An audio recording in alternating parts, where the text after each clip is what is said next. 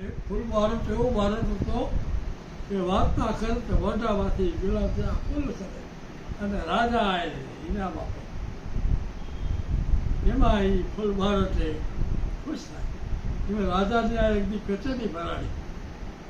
રાજાની આ એક દી કચેરી ભરાય. બાર ગામના બધા મહેમાન આવ્યા હતા અને સારા સારા માણસોને રાજાએ આમંત્રણ આપ્યો અને એવો પ્રોગ્રામ ગોઠવો કે અમારો બાળક આવશે ને એના મોઢામાંથી ફૂલ ખરે છે કે એમ એટલે બાળક ચડાવ્યો.